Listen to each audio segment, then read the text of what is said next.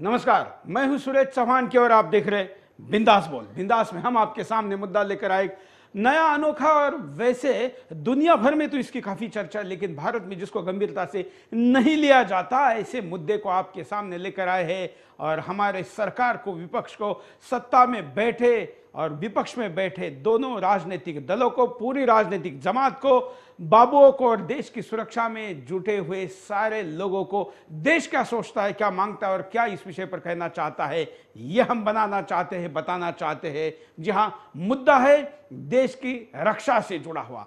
और यह केवल सीमा की सुरक्षा नहीं है, यह देश की सीमा से लेके देश के किसी भी कोने में असुरक्षितता फैलाने की क्षमता रखने वाले साइबर हमलों की बात हम कर रहे हैं। और इसलिए हम कह रहे हैं कि क्या भारत में साइबर सेना की ज़रूरत है। हमारे जो प्रतिष्ठान है विभिन्न प्रकार के या किसी भी प्रकार के, ये भौतिक रूप से जैसे सुरक्षित होने ज़रूरी है, उसके लिए वहाँ पर जैसे विभिन्न फोर्सेस के जवान लगाए जाते हैं, वैसे ही इनका जो साइबर में साम्राज्य है, इनकी जो धन दौलत है, इनका जो अस्तित्व है, इनकी जो सुरक्षा है, ये भी सुरक्षित रहनी चाहिए। और इसलिए साइबर सेना की जरूरत है, खास करके जब पाकिस्तान और चीन जैसे दरिंदे हमारे पड़ोसी हो, तो ऐसे में तो ये जरूरत और मजबूत होती है। लेकिन अभी भी इस विषय पर हम गंभीर नहीं है। 125 करोड़ के देश में साइबर के तथा इतने महावीर दुनिया भर में फैले हैं, और सॉफ्टवेयर की इंडस्ट्री में हमने अपनी धाक जमाई है, उनका भी इसमें सहयोग लिया जा सकता है। घर घर से सैनिक सीमा पर तो जाना मुश्किल है, लेकिन अपना काम करते हुए हर भारतीय इस सेना में भर्ती हो सकता है। लेकिन सरकार ने इस विषय की कोई योजना नहीं बनाई है। हम आशा करते हैं कि इस क्षेत्र से समझ रखने वाले, जानकारी रखने वाले और अपनी राय को देने वाले लोग आज के बिंदास में ज़्यादा से ज़्यादा बात अपनी कहे। फ़ोन नंबर पर आप कॉल कर सकते हैं, स्काइप पर वीडियो कॉल कर सकते हैं और फेसबुक पर अपनी प्रतिक्रिया दे सकते हैं। आइए, आपकी प्रतिक्रिया लेने के पहले नजर डालते हैं डिटेल में मुद्दे पर।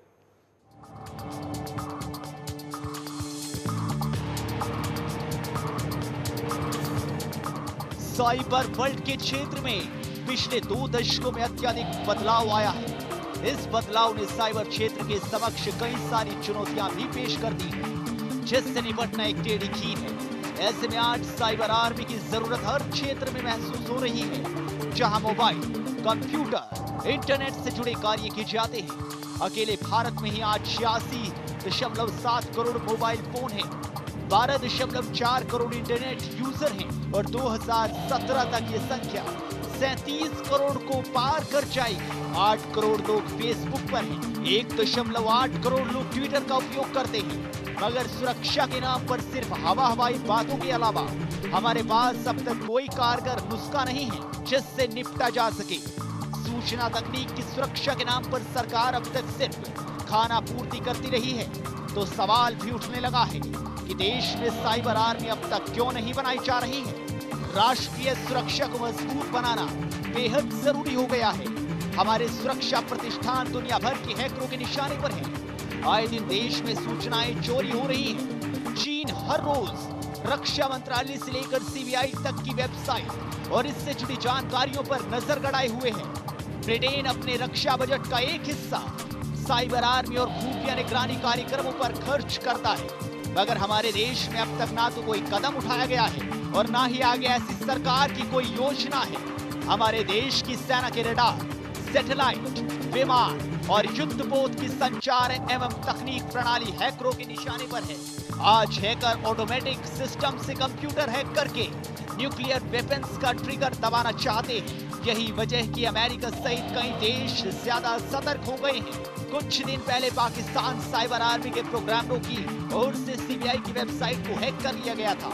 सबसे ज्यादा सुरक्षित माने जाने वाली वेबसाइट में से एक सीबीआई की वेबसाइट हैक कर हैकरों ने देश की साइबर सुरक्षा व्यवस्था को चुनौती दे दी थी। सीबीआई की वेबसाइट विश्व पुलिस संगठन इंटरपोल के कमांड सेंटर से भी जुड़ी हुई है। ऐसे में आज ये समस्या सिर्फ भारत ही नहीं, दुनिया के लिए सरदर्द बन गई है। इससे पहले पाकिस्तान साइबर आर्मी ने मशहूर उद्योगपति विजय माल्या की आधिकारिक वेबसाइट को हैक कर लिया था।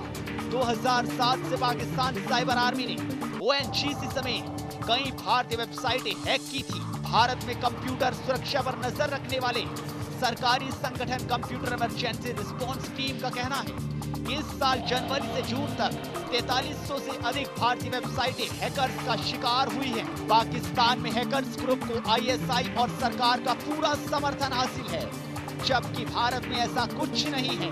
भारत में हैकिंग कानून अपराध है और पाकिस्तान हैकर्स रोज करीब 60,000 वेबसाइट को निशाना बनाते हैं।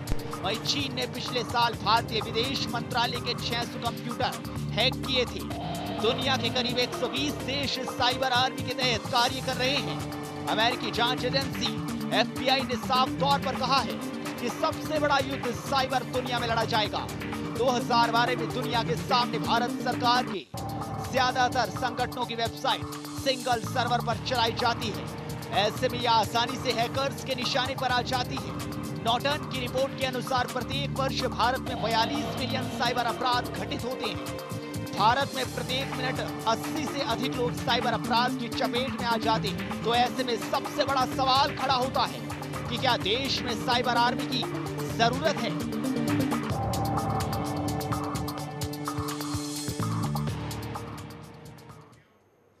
तो ये मुद्दा है और आपके जानकारी के लिए आज हम कई तथ्य आपके सामने रखेंगे प्लेट्स के द्वारा, और आपके द्वारा भेजे गए तथ्य भी आपको बताएंगे कि आप जानते हैं कि 1 मिनट में 80 से ज़्यादा लोगों पर साइबर हमला होता है। ये व्यक्तिगत जीवन में जैसे नुकसान पहुंचाता है, वैसे ही पाकिस्तानी हैकर्स रोजाना 6,000 से लेकर 60,000 तक के संख्या में वेबसाइट को हैक करते हैं। कॉलर के पास चलते हैं। जय हिंद। जय बोलिए। जय हिंद सुरेश जी। क्या कहना है आपको? जिस प्रकार से आपने एक बहुत ही मतलब विशिष्ट मुद्दा उठाया, इस प्रकार की बातें कोई करता नहीं है मतलब आज के माहौल में। और ये जिस प्रकार के माहौल चल रहा है, जिस प्रकार के विदेशी सामानों का हम भरमार मतलब भारतवर्ष में करते जा रहे हैं, चीन से इतना सारा सामान हम खरीदारी करते हैं, तो जिस भी मतलब पेन ड्राइव लेते हैं या किस तरह की चीजें लेते हैं तो अपनी चिप उसमें कुछ लगा देते हैं। इस टाइप की मतलब बहुत सारी सूचनाएं हमको पहले ही प्राप्त हुई है। तो ये तो बहुत जरूरी है कि हमारे जो देश के मतलब जागरूक युवा है उनको मतलब जागरूक होके और उनकी भर्ती करना चाहिए जो जानकार लोग हैं, ताकि अगर इस प्रकार भविष्य में किसी प्रकार का साइबर युद्ध होता है तो हम उससे मतलब युद्ध लड़ सके, हम उस समय कमजोर न पड़े। आजकल जो युद्ध होते हैं वो सीमा पर न होकर मतलब हमारी साइबर के जरिए लड़े जाते हैं, और इसलिए बहुत ज्यादा जरूरी है कि देश में साइबर सेना तैयार की जाए। बिल्कुल, धन्यवाद। तो आने वाली जो लड़ाई है वो इस प्रकार से लड़ी जाएगी। सीमा पर युद्ध कम होगा और सीमा के अंदर जैसे आतंकवाद या जिसको प्रॉक्सी वार कहा जाता है, वैसा छद्म युद्ध जो होता है वैसा ही इस साइबर के द्वारा बड़े पैमाने पर किया जाएगा। इसमें विदेशी लोगों को हमारे सेना या हमारे जमीन पर उतर कर आने की जरूरत नहीं, वो अपने घर में बैठकर ही कर सकते हैं। और जो घर के विभीषण हैं ये भी इस काम में उनका हाथ बढ़ा सकते हैं। अगले कॉलर के पास चलते हैं। जय हिंद। हेलो। जय हिंद, बोलिए। हेलो सर, नमस्ते सर। बोलिए, क्या कहना है आपको? मेरा यही कहना है कि जो अभी कुछ फेसबुक वगैरह बहुत जोर से बहुत समाज में फैल गया है अभी, वो बहुत उस पर बुरा प्रभाव हो रहा है यंग जनरेशन पर। धन्यवाद। अगर फेसबुक और सोशल मीडिया के द्वारा भी ये आर्मी गलत प्रचार करा सकती है। भारत में पिछले दिनों हुए कई दंगों में सोशल मीडिया की निर्णायक भूमिका रही है। सरकार इसको मानती है, इसके लिए उन्होंने पब्लिक जो बयान है वो भी दिया है, सार्वजनिक बयान भी देश के सूचना और प्रसारण मंत्रालय ने दिया है। ऐसे में अगर सोशल मीडिया के द्वारा ये विदेशी साइबर आर्मी हमारे देश में दंगे कराने के लिए दुष्प्रचार कराती है तो उसका कितना बड़ा नुकसान हमें उठाना पड़ सकता है, इसका हम विचार नहीं कर सकते। आज 9 करोड़ के आसपास लोग हमारे यहाँ फेसबुक पर जुड़े हैं, 2 करोड़ के आसपास ट्विटर पर जुड़े हैं। ऐसे में अगर कुछ ही अकाउंट को हैक किया जाए और उसके द्वारा अगर गलत जानकारी भेजी जाए तो ये लोग कितना भी बड़ा नुकसान करने के लिए सक्षम है। और इसलिए भारत में खास करके भारत सरकार की तरफ से और सामाजिक स्तर पर भी साइबर आर्मी की जरूरत है। हम कारण आपको बताते हैं, देखिए। भारत में साइबर हमलों की संख्या बढ़ती। भारत में 2012 में 22,016 साइबर हमले सामने आए हैं। पिछले साल के मुकाबले देश में 76% साइबर हमले अधिक हुए। हर महीने भारत से साइबर हमलों के द्वारा हर महीने 6.2 अरब जानकारियां चोरी की जा रही हैं। भारत के पास साइबर सिक्योरिटी ऑफिसर्स की कमी, ऐसा माना जा रहा है कि भारत के पास केवल 556 अधिकृत साइबर सिक्योरिटीज ऑफिसर हैं। ऐसे में सवाल उठता है, जहां से एक महीने में 6 अरब से ज्यादा जानकारियां साइबर जासूसी के द्वारा चुराई जाती है, वहां क्या 550 ऑफिसर्स नाकाफी नहीं हैं? साइबर सुरक्षा पर निवेश की कमी। भारत सरकार साइबर सुरक्षा पर बहुत थोड़ा निवेश कर रही है। साइबर जासूस एडवर्ड स्नोडेन द्वारा अमेरिका की सेंधमारी की बातें सामने आने पर कई देश सतर्क हो गए। ब्रिटेन ने अपने यहां साइबर सुरक्षा आर्मी बनाने की घोषणा कर दी। ब्राजील भी ऐसा ही करने की ओर तैयार है। आईटी का हब भारत की साख बड़े आईटी धुरंधरों में है, लेकिन ये साख गिरती दिखाई दे रही है। आज बैंकिंग, वित्त, परिवहन, संचार, रक्षा और इंडस्ट्री सभी का कामकाज इंटरनेट या कहीं साइबर दुनिया पर निर्भर है। अगर कहीं भी हैकिंग के जरिए चोरी होती है तो वो देश के लिए बहुत बड़ा खतरा पैदा कर देगी। भारत के संवेदनशील प्रतिष्ठानों में साइबर हमले।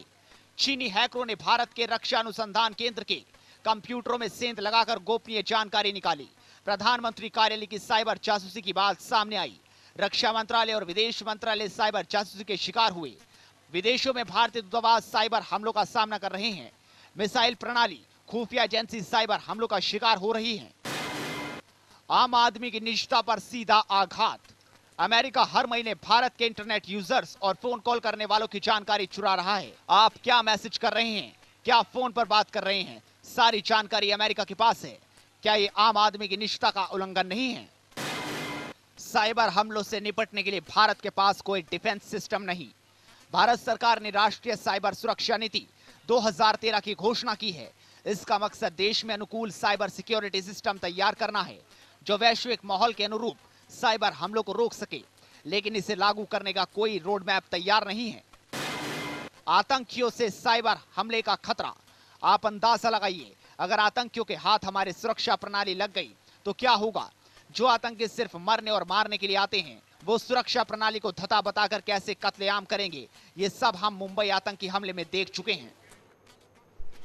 तो ये कारण है जो आपने हम तक भेजे हैं। हम कॉलर के पास चलते हैं। जय हिंद जी, बोलिए। मैं इकबाल अब्दुल्ला बोल रहा हूँ सर, गुजरात से। बोलिए इकबाल भाई, क्या कहना है आप? हाँ, मेरा ये कहना है कि अपने देश के जो नेता है, संसद, अब आप इनको पूछिए कि क्या आप कंप्यूटर और साइबर के बारे में जानते हैं? ये लोग हाँ, जितने भी नेता है ये सब पुराने दिमाग के हैं। नए लोग, हमारी नई पीढ़ी जो है सर, इनको ये लोग सत्ता में आने के लिए मौका नहीं देते हैं, क्योंकि अपनी पीढ़ी, जो नई पीढ़ी है, वो सब कुछ जानती है। और आज के पाकिस्तान जो हमला कर रहा है हमारे ऊपर किसी भी तरीके से, वो उसके साथ में कई अपने दुश्मन मिले हुए हैं। चाइना के जो साइंस है वो सब मिले हुए हैं और हम पर हमला करते हैं। इस तरीके से हमारी सरकार को सोचना चाहिए, जिसको लैपटॉप में मालूम नहीं पड़ता सर। ये हमारे हिंदुस्तान में जो नेता है, इनके पास स्क्रीन टच जो मोबाइल है उनको भी मालूम नहीं है, और नंबर भी दूसरों से लगाते और देश के ऊपर सत्ता करते हैं। बिल्कुल, हटा देना चाहिए सर। धन्यवाद। क्या आप जानते हैं कि देश के सांसदों को दिए हुए लैपटॉप बेचे तक जाते हैं, या वो अपने सेक्रेटरी या किसी रिश्तेदार को दे देते हैं, क्योंकि खुद उसको यूज नहीं करना चाहते, ना कर सकते हैं। कई टैब से लेकर तमाम ऐसी चीजें जो कि हमारे सम्मानीय सांसदों को हाईटेक करने के लिए और इस युग को समझने के लिए, इस साइबर युग के द्वारा दुनिया में संचार तक पहुंचने के लिए दिए गए सरकार की तरफ से, वो यूज नहीं कर पाए, उपयोग में नहीं ला पाए। कई राज्यों में जैसे लैपटॉप वितरित होने के बाद जिनको लैपटॉप मिलते हैं, वो लैपटॉप मिलने के स्थान से सीधा बेचने वाली दुकान तक जाते हैं। ऐसे ही कई चीजें सांसदों के बारे में तक घटी है। ऐसे में साइबर के हमले के बारे में जो जानते ही नहीं, वो उसके सुरक्षा की चिंता कैसे कर सकते हैं? अगले कॉल। जय हिंद, बोलिए। वंदे मातरम अंकल। वंदे मैं मातरम, बोलिए। सुधांशु शर्मा बीकानेर से बोल रहा हूँ। बोलिए सुधांशु। सबसे पहले तो मैं प्रधानमंत्री जी से कहना चाहता हूँ कि जब से आपने नवाज शरीफ से मुलाकात की है, तब से सीमा पर पाक सेना की फायरिंग हो रही है। क्या इसके बारे में आपने दोबारा उनसे जवाब तलब किया है? आज जब चीन और पाकिस्तान की सरकारी संस्थाओं की शह पर वहाँ के हैकर हमारे महत्वपूर्ण वित्तीय और सैन्य संस्थानों पर निरंतर हमले कर रहे हैं, तो ऐसे में हमें भी साइबर सेना का गठन करना ही होगा, वरना आने वाले समय में यह समस्या और बड़ी हो जाएगी। हालांकि कुछ राष्ट्र प्रेमी नौजवान इस क्षेत्र में अपने स्तर पर कार्य करते हुए राष्ट्र की सेवा करने का प्रयास कर रहे हैं। आज कंप्यूटर के क्षेत्र में भारतीयों का लोहा पूरा विश्व मानता है। ऐसे में यदि हमारे नौजवानों को साइबर सैनिकों के रूप में भी सरकारी सुविधाएं भी मिलने लगी तो कोई आश्चर्य की बात नहीं है कि हमारे नौजवान साइबर वॉर में चीन के हैकर्स को उनकी औकात दिखा देंगे। पाकिस्तान की तो बात ही छोड़िए। जय हिंद, जय भारत। धन्यवाद। बड़ी अच्छी बात आपने कही। ऐसे युवाओं की ज़रूरत है जो इस विषय को समझे और लोगों को नैतिकता के आधार पर, जिसको इथिकल हैकर्स भी कहते हैं, हमारे पास ऐसी कई बड़ी सेना इस देश में उपलब्ध हैं जो घर में बैठकर इथिकल हैकर्स के तौर पर विदेशी हमलों को मुंह तोड़ जवाब देती है। क्या आप जानते हैं कि मुंबई के एयरपोर्ट के साइट को पिछले दिनों चीन के किसी साइबर सेना के लोगों ने हैक किया था। ये इतना खतरनाक हो सकता था कि थोड़े और देर अगर उनके पास इसका अधिकार रहता या इसका संचालन होता तो वो वहाँ के रडार तक अगर पहुँचने में कामयाब हो जाते तो कई हवाई जहाज़ों को एक साथ उतरने का आदेश दे सकते थे, या एक ही रनवे पर कई हवाई जहाज उतरने से एक्सीडेंट तक हो सकते थे। तो आप कल्पना करिए कि ये हमले की क्षमता कितनी बड़ी हो सकती है। अगले कॉल। जय हिंद सर, बोलिए। जिस देश के कई महीने स्वतंत्रता दिवस मनाने कुछ लोगों द्वारा अपने पूर्वजों के किस्से सुनाने में आम आदमी की दिनचर्या सिर्फ वोट और वोट बनकर रह गई हो, वह साइबर सेना जैसा शब्द अजीब सा लगता है। कुछ देशों की सेनाओं के पास उनके शस्त्र भंडारों में साइबर युद्ध क्षमताएं भी हैं। रूस, चीन जैसे 5 देश जिनके पास ये क्षमताएं हैं। तकनीक शोधकर्ता क्लीमेंट ने कहा, साइबर युद्ध में रक्षा के लिए अमेरिका और इंग्लैंड रक्षा स्तर पर साइबर युद्ध में बड़ी मात्रा में संसाधन लगा रहे हैं। उन्होंने स्टक वायरस के जटिलताओं से किसी राष्ट्र के होने का संदेह व्यक्त किया है। जनरल अलेक्जेंडर साइबर युद्ध तकनीक और उसके उपयोग पर स्वामित्व पर सीमित करने के लिए परमाणु हथियारों जैसी संधियों पर रूस जैसे देशों के साथ समझौतों की वकालत करते हैं। साइबर से दुनिया में जासूसी के लिए अमेरिका चीन पर तो चीन अमेरिका की सेनाओं पर अभियोग लगाते हैं। भारत में सोशल मीडिया द्वारा अफवाहें फैलाने, भड़काऊ सामग्री डालने जैसी आतंकी हरकतें हो रही हैं। मुंबई में फोटोशॉप और इक्रिमेंट कंपनी एडोब सिस्टम की वेबसाइट से 29 लाख क्रेडिट कार्ड की सूचना लीक हो गई। भारत की कंपनियां पिछड़ी दिखती हैं, सूचना तकनीक में अग्रणी होकर मूलतः सॉफ्टवेयर कंपनियां हैं। आज की दृष्टि से, विकास की दृष्टि से, सुविधा संचार की दृष्टि से, राष्ट्र के स्वाभिमान की दृष्टि से देश के साइबर सेना की जरूरत है, निर्माण की जरूरत है, शांति नहीं, हर क्षेत्र में क्रांति की जरूरत है। नमस्कार, धन्यवाद। वाह, धन्यवाद। ये जो बोल रहे थे ये भी हमारे एक जवान है जिन्होंने देश के लिए सुरक्षा का काम किया है, और इस विषय पर भी वो इतना अच्छा कॉल देते हैं तो मुझे बड़ा अभिमान होता है कि कैसे लोग सुदर्शन के बिंदास के दर्शक है और अपनी प्रतिक्रिया देते हैं। और भी कई कॉलर जुड़े हैं, उनके पास चलते हैं। जय हिंद। हेलो साहब, नमस्कार। बोलिए। नमस्कार साहब, मैं हैदराबाद से बोल रहा हूँ। मेरा नाम अभिषेक सिंह है। हाँ, मैं साइबर फोर्स के बारे में ये कहना चाहूंगा कि हमारे देश में ये लगाना बहुत जरूरी होगा, क्योंकि पाकिस्तान हम पर बार बार कर रहा है। जब हमारे देश में पीएम नरेंद्र मोदी जी आ जाएंगे ना, तब से पाकिस्तान को उल्टी गिनती गिनना शुरू करना पड़ेगा। धन्यवाद। अगले कॉलर के पास चलते हैं। जय हिंद। जय हिंद। एक्चुअली मैं ये बोलना चाह रहा हूँ कि आज जो हम लोग वॉरफेयर देख रहे हैं, ये हाईटेक युग में चले गई है। यहाँ पे मिसाइल और ये हम लोग यूज नहीं करते। यहाँ ऑलरेडी साइबर वॉर शुरू हो चुका है। तो हमें इस चीज को मद्देनजर रखते हुए अपनी देश की सुरक्षा को मतलब ये करना चाहिए, डिफेंस करना चाहिए। हर डेवलप कंट्रीज जो है वो साइबर डिपार्टमेंट को और अत्याधुनिक बना रही है। तो वैसे हम लोगों को भी इन सारी चीजों को ये करना चाहिए और वो सारी डिपार्टमेंट को और ज्यादा प्रोत्साहित करना चाहिए, ताकि हम अपने जो देश की सुरक्षा है उसको ज्यादा से ज्यादा मजबूत कर सकते हैं। बिल्कुल, धन्यवाद। जो उल्लेख आपने जिस मिसाइल प्रणाली का किया कि जिसका अप्रत्यक्ष उपयोग करना वर्तमान स्थिति में किसी भी देश को मुश्किल है, क्योंकि अंतर्राष्ट्रीय दबाव के कारण ऐसे युद्ध अब लड़ना मुश्किल है। लेकिन फिर भी जो आपके कुछ मिसाइल जो हमेशा हमले के लिए तैयार रखे जाते हैं, अगर साइबर हमले के द्वारा विदेशी षड्यंत्रकारी वहां तक पहुंचने में कामयाब होते हैं तो अपने यहां पर बैठे ही वो तीसरे देश पर उस हमले के लिए इस मिसाइल को कमांड दे सकते हैं। अगर ऐसा होने में वो कामयाब होते हैं तो दूसरे देश के खिलाफ आपका युद्ध तय है। और ऐसे में होने वाले नुकसान की, या अपने ही देश में उस मिसाइल को अगर फोड़ा जाए या अपने ही देश में किसी निशाने पर उसको भेजा जाए तो क्या नुकसान हो सकता है, हम कल्पना कर सकते हैं। अगले कॉलर। जय हिंद, बोलिए क्या कहना है आपको। हाँ, जय हिंद। मैं ये कहता हूँ कि साइबर सेना का जरूर है बहुत, हाँ, लेकिन ये जो अभी सेंट्रल में गवर्नमेंट है उसको उसके लिए समय ही नहीं है। बिल्कुल, वो सारा दिन सीबीआई को कैसे यूज करे वही उसको चिंता है। ये जब तक कोई बड़ा प्रॉब्लम क्रिएट नहीं होता है तब तक ये नहीं करेंगे। कोई बड़ा प्रॉब्लम हो जाएगा फिर ही ये जागेंगे, तब तक नहीं जागेंगे। बिल्कुल, धन्यवाद। बड़ी अच्छी बात आपने कही, क्योंकि हमारे यहाँ निर्णय प्रक्रिया राजनीतिक क्षेत्र के लोगों के हाथ में है।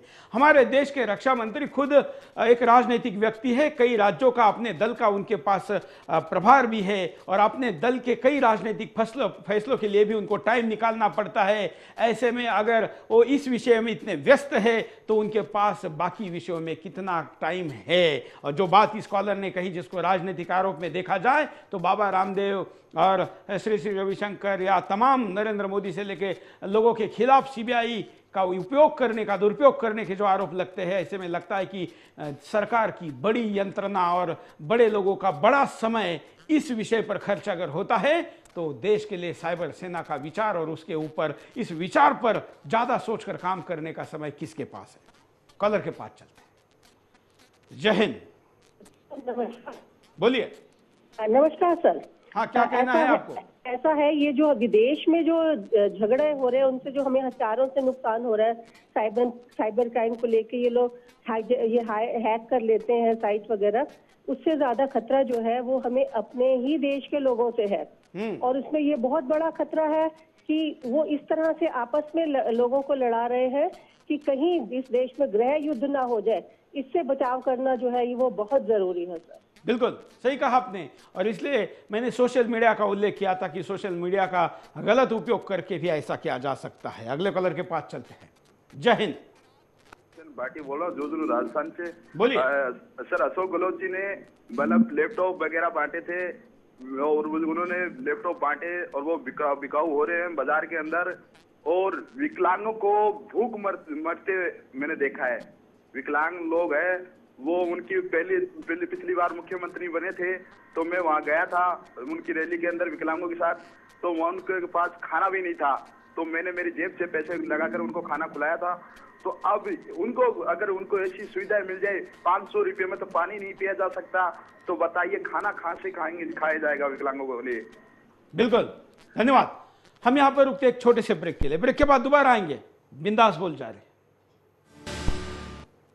ब्रेक के बाद आपका एक बार फिर से स्वागत है। आप देख रहे हैं बिंदास बोल, और बिंदास में हम आपके सामने मुद्दा लेकर आए हैं देश की सुरक्षा से जुड़ा हुआ एक आधुनिक खतरा, साइबर। जी हाँ, साइबर युद्ध में कई देशों ने साइबर सेना तय कर ली है। देश के देशद्रोहियों ने देश के अंदर रहते ही साइबर सेना का गठन किया है, और वो देश के सीबीआई से लेके, हवाई जहाज से लेके, एयरपोर्ट से लेके हमारे रक्षा मंत्रालय की वेबसाइट तक अपनी पहुंच बना चुके हैं, हमारे सीमा के अंदर घुस चुके हैं, और अभी भी हमारे पास साइबर सेना नहीं है।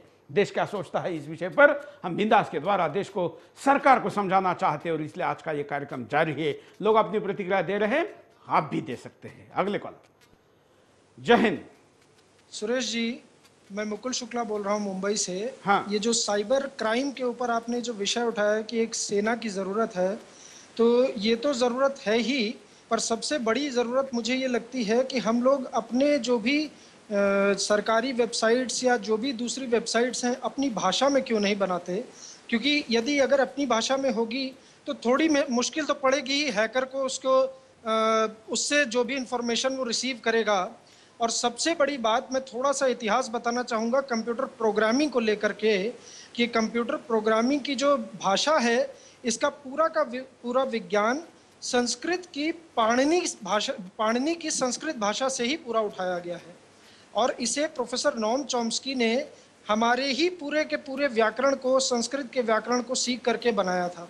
तो जब संस्कृत का व्याकरण सीख करके प्रोग्रामिंग लैंग्वेज डेवलप की जा सकती है, तो संस्कृत भाषा को और अच्छा और सुदृढ़ करके हम अपने इस पूरे के पूरे सिस्टम को, इंटरनेट सिस्टम को भी बहुत अच्छा और सुदृढ़ बना सकते हैं।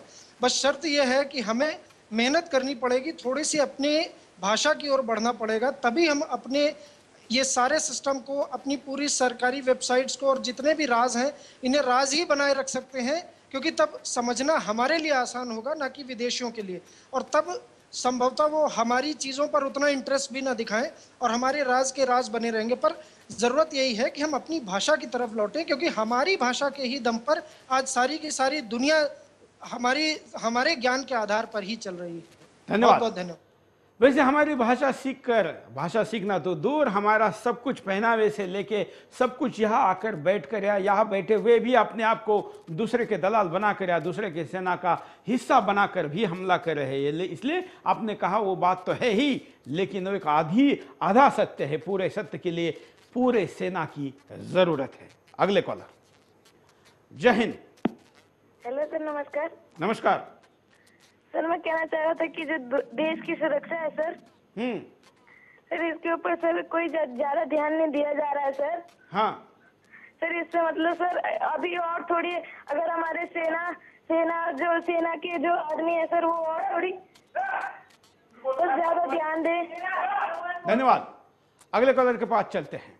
जय हिंद, बोलिए क्या कहना है आपको। देखिए सर, मैं आपका बिंदास बोल देखता हूँ, मुझे बहुत अच्छा लगता है। हाँ। जैसे अभी आपने दिखाया है कि ये आईटी सिक्योरिटी के संबंधित बात है, तो आईटी सिक्योरिटी में जितने भी अभी हमारे राजनीतिक पार्टियां जाती हैं, राजनीतिक की जानकारी तो ये रखते हैं, प्रोपोगंडा करके ये फैला करके भीड़ इकट्ठा कर लेते हैं, तुरंत ये राजनीति में पहुँच जाते हैं। बट ये जितने भी पढ़े लिखे समाज है वहाँ जाते नहीं है, और जिसकी सुरक्षा के संबंधित बात करना हो, उस सुरक्षा के संबंध में उनको नॉलेज ही नहीं है, तो वो क्या सुरक्षा करेंगे। देखिए, उनको जितने भी नेता जा रहे हैं, बहुत कम ऐसे हैं कि जो कि आईटी के संबंधित उनको जानकारी है, तो वो क्या कर पाएंगे वहाँ पर। इसलिए मेरा आग्रह यह है कि जितने भी राजनेता जाएं, या चुनाव के लिए जो टिकट दिया जाए, इनके आईटी से संबंधित जानकारी होना चाहिए, पढ़े लिखे होना चाहिए। नए तबके जितने भी पढ़े लिखे हैं उनको तो मौका मिलता नहीं है, इसलिए उनको मौका मिलना चाहिए, तभी देश में कुछ बदलाव आएगा। अगले कॉलर के पास चलते हैं। जय हिंद। जय हिंद। बोलिए। जय हिंद, मैं विजय प्रताप बोल रहा हूँ। मेरे हाँ, मैं ये कह रहा हूँ कि सर, जैसे इस प्रकार से जो है हमारे देश में और ये भारतवर्ष में रहने के बाद भी सेनाओं को हम लोग जाना चाहते हैं और ये व्यवस्था नहीं हो पाती है सेवा करने के लिए हम लोगों के लिए, तो हम लोगों को भर्ती कराइए ना इस टाइप में भारत के जो है जवानों को। और हम लोग जाते हैं भर्ती होने के लिए कि हमारे बच्चे जाते हैं और हम लोग भर्ती ही नहीं होते और उनके जो है जानने वाले हो जाते हैं। ऐसा। धन्यवाद। सेना में जो सीमा पर भर्ती नहीं हो सकता, जो फिजिकली सेना का अंग नहीं बन सकता, वो भी घर में बैठकर ऐसे विषयों में सम्मिलित हो सकता है। इसलिए इसके साथ समाज को जुड़ने में ज़्यादा सहभाग आपको मिल सकता है। इसलिए इस सेना को और मजबूत किया जा सकता है सामाजिक सहभाग के साथ। अगले कॉलर। जय हिंद। बोलिए क्या कहना है आपको। नमस्ते। हाँ, हेलो, बोलते रहिए आप। हेलो हेलो हेलो सर जी, साइबर के बारे में बोलना चाह रहा मैं। जी हाँ जी, साइबर सेना जरूरी है, क्योंकि एक्चुअली क्या है, सभी लोगों के अपने अपने बड़े अकाउंट है, इंटरनेट बैंकिंग चालू है सारे लोगों की। बिल्कुल, धन्यवाद। जो बैंकिंग प्रणाली है उसमें भी बहुत बड़े पैमाने पर सेंध मारी जाती है। रोजाना सैकड़ों लोगों के पैसे इस अकाउंट से अपने अकाउंट में ट्रांसफर करवाकर उसकी धोखाधड़ी की जाती है, और एटीएम लूटने की तो खबर बनती है और उसके पीछे पुलिस भागती है, या किसी की जेब कतरने की पीछे भी पुलिस भागती है, उसकी खबर बनती है। लेकिन ऐसे जो ऑफेंस होते हैं, ऐसे जो अपराध होते हैं, उसकी खबर नहीं बनती। उसके सिवा बहुत बड़े पैमाने पर जो हमारा विदेशी चलन का ट्रांजैक्शन होता है, जो विदेश से पैसे यहाँ पर आते हैं, उसमें भी अगर सेंधमारी हो तो कितना नुकसान हो सकता है हम समझ सकते हैं। अगले कॉलर। जय हिंद। नमस्ते। बोलिए। नमस्ते चौहान जी, मैं दीपक बोल रहा हूँ। हाँ। और आप बहुत ही अच्छा टॉपिक आज उठाए हैं सोशल न्यूज पर। हाँ। और मैं ये कहना चाहता हूँ कि ये जो अभी थोड़ी देर पहले उन्होंने बोला कि अपनी भाषा में हम काम नहीं करने के कारण आज विश्व में आईटी की मैं पिछले 11-12 सालों में हमने इतनी उन्नति करी, लेकिन सब बर्बाद हो गई। मतलब अगर देखा जाए आज के समय में, क्योंकि हमने भाषा को नहीं महत्वता दी और अंग्रेजी के चक्कर में पड़कर आज ना चीन को हमारी साइट हैक करना आसान है, लेकिन हम नहीं हैक कर सकते चीन की, हम नहीं हैक कर सकते रशिया की, हम नहीं हैक कर सकते जापान की, हम नहीं हैक कर सकते जर्मनी की, किसी कंट्री की वेबसाइट हम नहीं हैक कर सकते, लेकिन वो हमारी वेबसाइट आराम से हैक करके ला सकते हैं। और हमने खूब रिसोर्सेज अपने तैयार करके इंग्लिश में तैयार कर लिए, वो आराम से चला के लेके जाए। और अगर ये आप बना भी लेंगे ऐसी आपकी साइबर आर्मी, तो ये तो बाबा रामदेव या नरेंद्र मोदी, ये जो भी इनके विरोध में है ना, उनके पीछे लगा देंगे। तो मतलब कहने का है कि बिल्कुल आपने सही कहा, लेकिन ये हमारे कल्चर में नहीं है कि हम खामखा दूसरे के ऊपर कोई नुकसान पहुंचाने लायक हमला करें। लेकिन अगर ऐसे देश जो हमारा नुकसान पहुंचाना चाहते हैं, पहुंचा रहे हैं, उनके खिलाफ अगर ऐसा किया जाता है तो इथिकल कितना है, कानूनन कितना है, इस पर चर्चा बाद में होती रहे। पहले मुंहतोड़ जवाब देने के लिए उनकी भाषा में ही उनको ये हमला करना जरूरी है, और ऐसा हो रहा है। लेकिन वो संगठित तरीके से है, लोगों के तरफ से उत्स्फूर्त हो रहा है। और ये कुछ इथिकल हैकर्स या कुछ जो इंटरनेट देशभक्त है वो इसको कर रहे हैं। सरकार का ना उनको कोई संरक्षण है, ना प्रोत्साहन है, ना किसी एक दिशा में इन सारी शक्ति का उपयोग किया जाए, ऐसी कोई योजना है। अगले कॉलर। जय हिंद, बोलिए। हाँ सर, क्या कहना है आपको? ये मुझे ये कहना सर, हमारे जो राजस्थान में अशोक गहलोत जी ने जो ये नरेगा की जो स्कीम लगा रखी है ना, हाँ, इस नरेगा की स्कीम में नहीं तो हम प्राइवेट काम करते हैं, नहीं तो हमें लेबर मिलती है। और ये जो नरेगा में जो ये काम चल रहा है, जो नरेगा में चल रहा है, धन्यवाद। नरेगा के कई लोगों को, काम करने वाले मजदूरों को क्रेडिट डेबिट कार्ड दिए गए हैं, उनके अकाउंट में डायरेक्ट पैसे आते हैं। तो हमारे यहाँ पर राजनीतिक भ्रष्टाचारियों का दिमाग वहाँ साइबर में चलता है, और उनके कार्ड और उनके यूजर नेम लेकर या उनके अकाउंट का डिटेल लेकर उन पैसों को अपने अकाउंटों में कैसे लिया जाए, या उनके एटीएम के पासवर्ड लेकर उसके द्वारा पैसे विड्रॉल कैसे किया जाए, इस पर तो विचार करते हैं। लेकिन देश के सुरक्षा के लिए विचार करने के लिए उनके पास समय नहीं। हम परिणाम देखते हैं कि अगर साइबर सेना नहीं बनी तो क्या होगा, देखिए। हमारी संवेदनशील सूचनाएं दुश्मन के हाथ लग सकती है। चीन के हैकर जिस तरह से हमारी सुरक्षा प्रणाली को धता बताकर सूचनाएं चुरा रहे हैं, ये देश की सुरक्षा पर सबसे बड़ा खतरा है। मान लो अगर भारत चीन में युद्ध छिड़ गया तो चीन हमें बिना युद्ध के ही हरा देगा। भारत की साइबर सुरक्षा खतरे में पड़ जाएगी। आज ज्यादातर व्यावसायिक प्रतिष्ठान साइबर दुनिया पर निर्भर हैं। सैटेलाइट के जरिए देश की सुरक्षा इन्हीं साइबर स्पेस पर निर्भर है। अगर साइबर जासूसी के जरिए किसी दुश्मन ने हमारे इन सैटेलाइट सुरक्षा प्रणालियों पर कब्जा कर लिया तो क्या होगा? हमारी सुरक्षा का और क्या होगा? देश की सुरक्षा का क्या होगा? दुनिया में छिड़े साइबर युद्ध में हम पिछड़ जाएंगे। अमेरिका आज लगभग हर देश पर साइबर हमले कर रहा है। अमेरिका और रूस के साइबर युद्ध की बात बार बार सामने आ रही है। अब तो एक और नया युद्ध, चीन भी साइबर युद्ध में शामिल हो गया है। ब्रिटेन ने साइबर युद्ध के लिए साइबर सेना तैयार करनी शुरू कर दी है। कई दूसरे विकसित और विकासशील देश साइबर सेना तैयार कर रहे हैं, लेकिन भारत इसमें पिछड़ता जा रहा है। आम आदमी की निजता खत्म हो जाएगी। हर व्यक्ति अपनी निजी सूचनाओं का आदान प्रदान करता है, अपने निजी रिश्तों की बातें होती हैं, मगर जब आपको पता चलता है कि हमारी निजता पर कोई हमला कर रहा है तो इससे दुख और क्रोध दोनों होते हैं। सेना से जुड़ी सूचनाएं दुश्मन के हाथ लग जाएंगी। सेना की रणनीति, उसके रडार प्रणाली, सैटेलाइट, विमान और युद्ध पोतों की संचार और तकनीकी प्रणाली दुश्मन के हाथ लग सकती है। अगर ये तकनीकें दुश्मन के हाथ लग गई तो हमारी सेना बिना युद्ध के हार जाएगी। देश की अर्थव्यवस्था पर हमला हो सकता है। सभी बैंकों की बैंकिंग प्रणाली इंटरनेट आधारित है। रिजर्व बैंक की प्रणाली भी इंटरनेट पर आधारित है। अगर यहां हमला होता है तो देश की अर्थव्यवस्था ठप पड़ सकती है। व्यवसायिक कंपनियों में एक दूसरे के खिलाफ युद्ध छिड़ जाएगा। व्यवसाय में प्रतिद्वंदी कंपनियां साइबर हमलों के जरिए लड़ना शुरू कर देगी। इससे देश की आर्थिक बाजार को नुकसान होगा। आतंकी साइबर हमले करने में नाकाम हो जाएंगे। हमारी सुरक्षा एजेंसियों में साइबर हमलों की बात सामने आ चुकी है। अगर आतंकी सुरक्षा एजेंसियों पर साइबर हमले करने में कामयाब हो गए तो पूरे देश में आतंकी हमलों की बाढ़ सी आ जाएगी। कॉलर के पास चलते हैं। जय हिंद सर। जय हिंद। मैं यह कहना चाहता हूँ कि जिस तरह चीन और पाकिस्तान जैसे देश भारत पर साइबर हमला कर इस देश को नुकसान पहुंचा रहे हैं, इसे हमारी सरकार को बहुत गंभीरता से लेना चाहिए और न केवल अपने देश को साइबर हमले से सुरक्षा प्रदान करने के लिए साइबर सेना तैयार करनी चाहिए, बल्कि इन दोषों के खिलाफ भी इसी प्रकार साइबर हमला कर इनको सबक सिखाना चाहिए। धन्यवाद। धन्यवाद। अगले कॉलर। जय हिंद। हेलो, बोलिए। जय हिंद सर। हाँ सर, मैं मेरठ से बोल रहा हूँ सर। मैं साइबर के बारे में भी देखा तो सर मैंने आपको बताना चाहा कि जैसे साइबर के बारे में जो दिखाया जा रहा है 1% तो लोग बाग उसका सही यूज कर रहे हैं।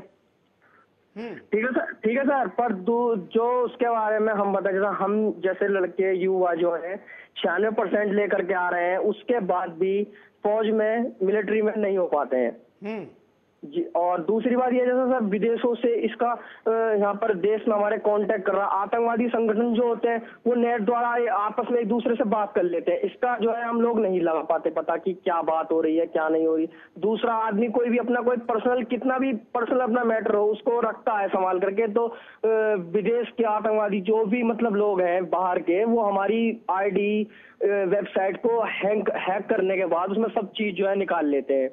तो इस पर अगर हम मिलिट्री वगैरह जो भी आप बता रहे हैं बनेगी तो बहुत अच्छा होगा, तुरंत उसको कार्रवाई की जाएगी, तुरंत पता लगेगा, तुरंत सजा मिलेगी। बिल्कुल, तो धन्यवाद। और हम यही चाहते हैं कि एक मजबूत सेना इस विषय के लिए तैयार की जाए और ये इस युग की जरूरत है। आने वाले दिनों में प्रत्यक्ष सैनिक सीमा पर संख्या में कम हो जाएंगे लेकिन साइबर में बढ़ जाएंगे।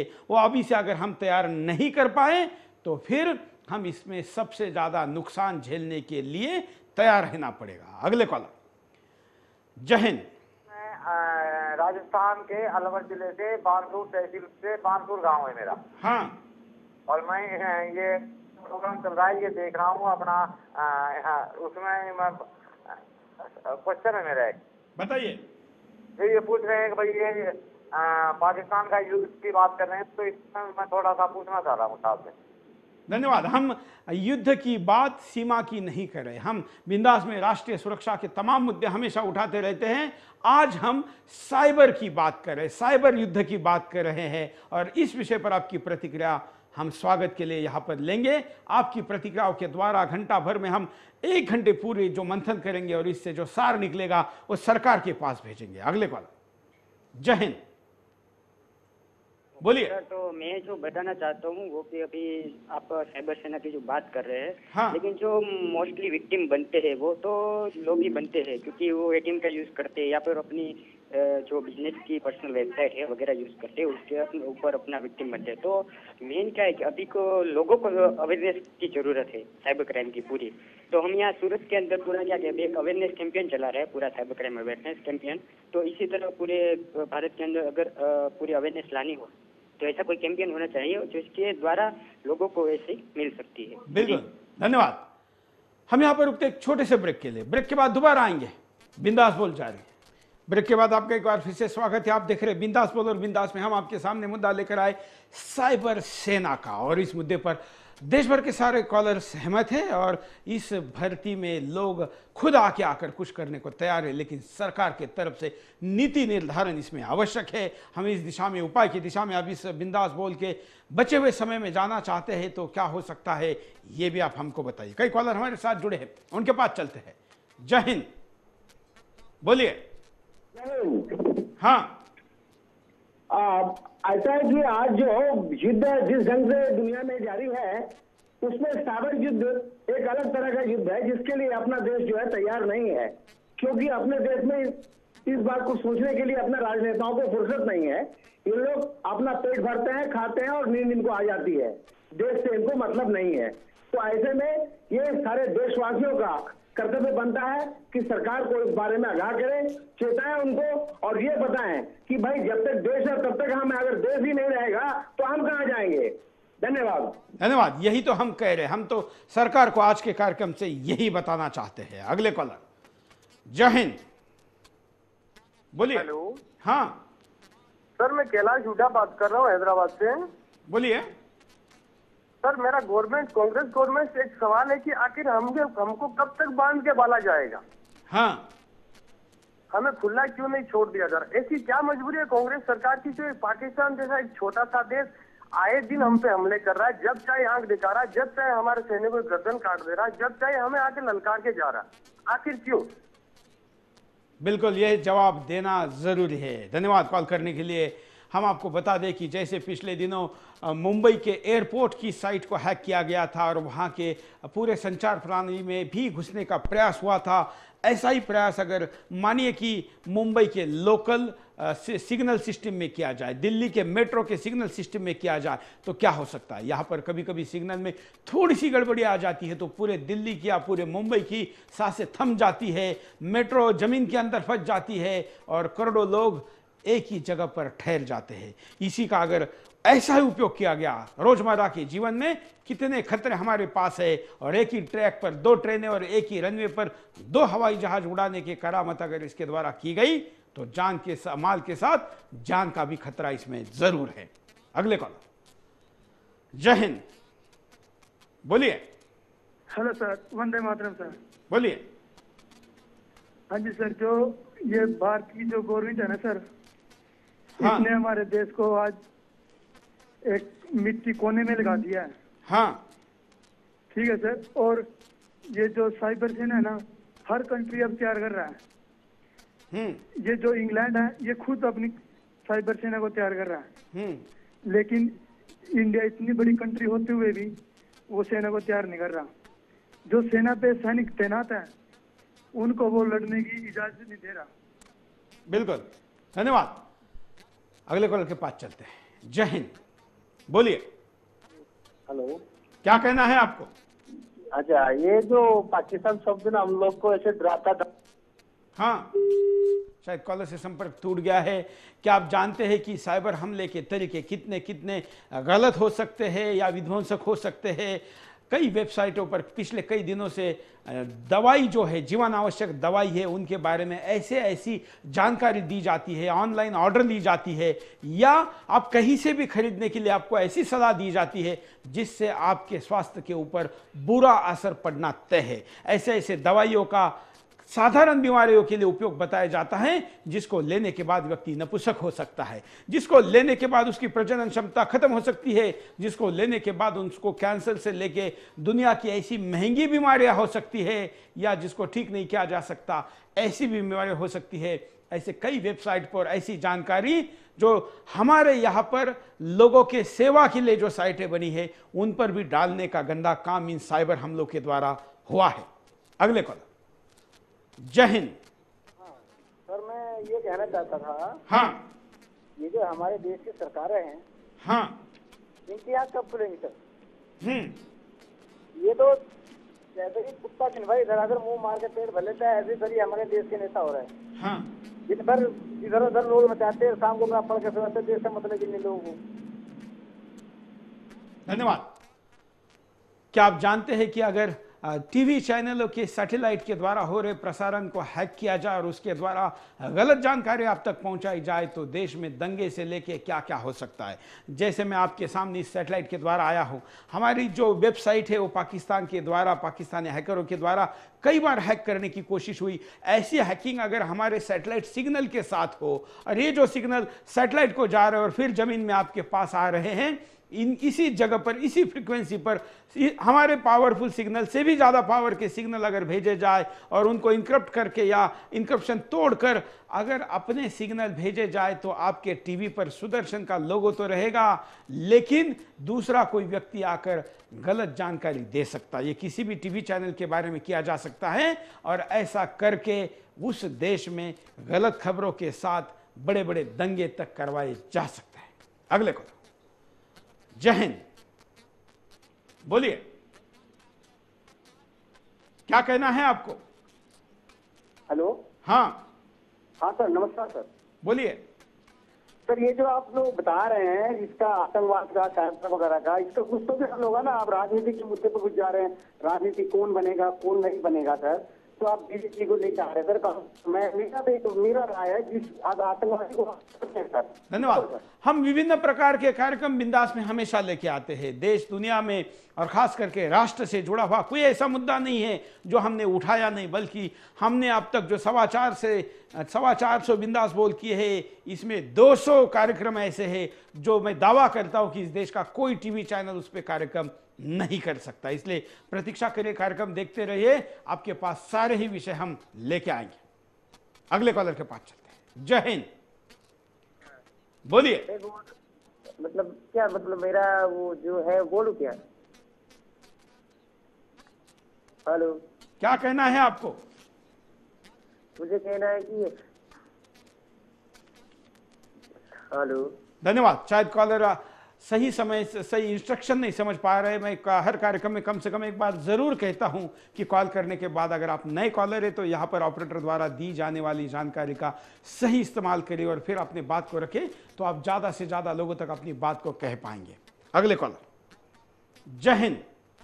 सर मैं ये बोलना चाहूँगा कि हमारी जो देश की गवर्नमेंट है उसको बाबाओं के पीछे पड़ने से और जो दूसरे फालतू काम करने हैं उनसे फुर्सत मिले तब वो इस एंगल की ओर ध्यान देगी ना। बिल्कुल बिल्कुल सही कहा आपने। जी सर, धन्यवाद। अगले कॉलर। जय हिंद, बोलिए। हाँ सर। हाँ, मेरे को सर ये पाकिस्तान के खिलाफ बोलना था। पाकिस्तान को से उसके घर के अंदर घुस के मारना चाहिए सर। ये घुसपैठ कर रहे हैं अपने यहाँ, तो उसको उसकी पाकिस्तान के अंदर घुस के अपने जवानों ने मारने का चाहिए सर। धन्यवाद।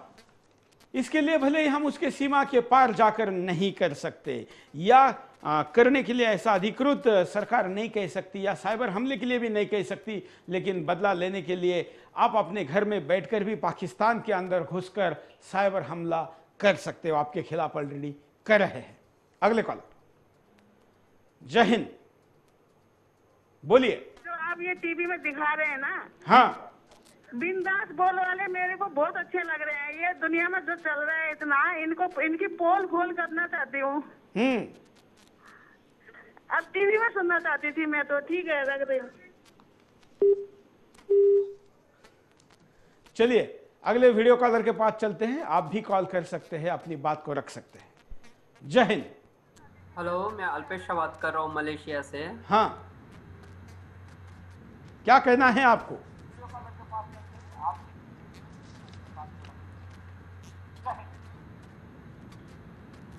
हेलो, मैं ये कहना चाहता हूँ कि अभी मैंने ये न्यूज़ पढ़ा कि ये यूपी सरकार 1000 किलो टन सोना के पीछे पड़ा है। उसके बजाय मैंने एक आर्टिकल पढ़ा था कि इंडिया इज़ द थर्ड सबसे बड़ा इंटरनेट यूजर से यूएस और चाइना के बाद। लेकिन इंडिया के पास जो मैन पावर है पर सिक्योरिटी के लिए इट इज ओनली 500 to 600, जबकि और चाइना और यूएस में करीब करीब 1 लाख साइबर ट्रेनर्स है जो साइबर क्राइम के खिलाफ खेल सकते।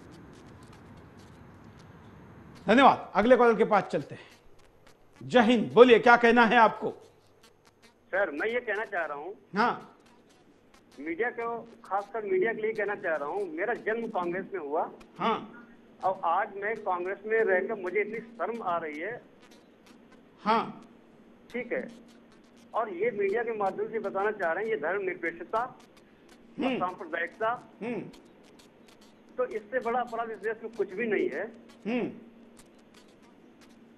धन्यवाद। धर्म नहीं, धर्म। अगले कॉलर के पास चलते हैं। आप भी अपनी बात को रख सकते हैं। जय हिंद, बोलिए, क्या कहना है आपको?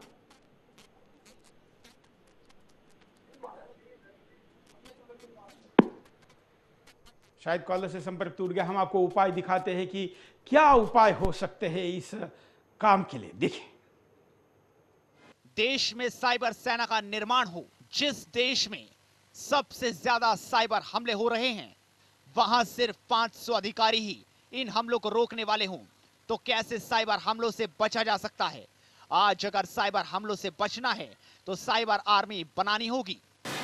राष्ट्रीय नोडल एजेंसी का निर्माण हो। वैसे तो सुरक्षित साइबर सिस्टम तैयार करने के लिए एक राष्ट्रीय नोडल एजेंसी बनाने की चर्चा शुरू हुई है। इसका मकसद साइबर सुरक्षा से जुड़े सारे मामलों को लेकर समन्वय बनाना है, मगर अभी तक इसका कोई रोड मैप तैयार नहीं हुआ है। साइबर सुरक्षा पर निवेश बढ़े। आज जिस तरह से साइबर युद्ध की बात सामने आ रही है, उसे ध्यान में रखते हुए भारत को अपनी तैयारी करने की जरूरत है। इसके लिए हमें अपनी साइबर सुरक्षा को मजबूत करने के लिए निवेश बढ़ाने की जरूरत है, जिससे साइबर युद्ध से निपटा जा सके। दूसरे देशों की जासूसी का कड़ा जवाब दिया जाए। चीन ने अमेरिका के हथियारों की हैकिंग की। इसके तुरंत बाद अमेरिका ने यह बात चीन के सामने सख्ती से उठाई। यही नहीं, अमेरिका ने इसके जवाब में चीन पर साइबर हमलों का अटैक कर दिया। चीन हमारे रक्षा अनुसंधान केंद्र से जासूसी के जरिए खुफिया सुरक्षा चुराता है। हमारे नेता इसे चीन के समक्ष उठाने के बजाय देश की जनता से ही छुपाने में लग जाते हैं। आम आदमी की निजता के लिए वैश्विक कानून बने। अमेरिका दुनिया भर के लोगों की जानकारी जुटा रहा है। इससे लोगों की निजता से खिलवाड़ हो रहा है। इसके खिलाफ अमेरिका में ही लोग सड़कों पर उतर आए। दुनिया भर के लोगों में इस साइबर जासूसी के लिए गुस्सा है। अपनी निजी जिंदगी की निजता सभी का अधिकार है।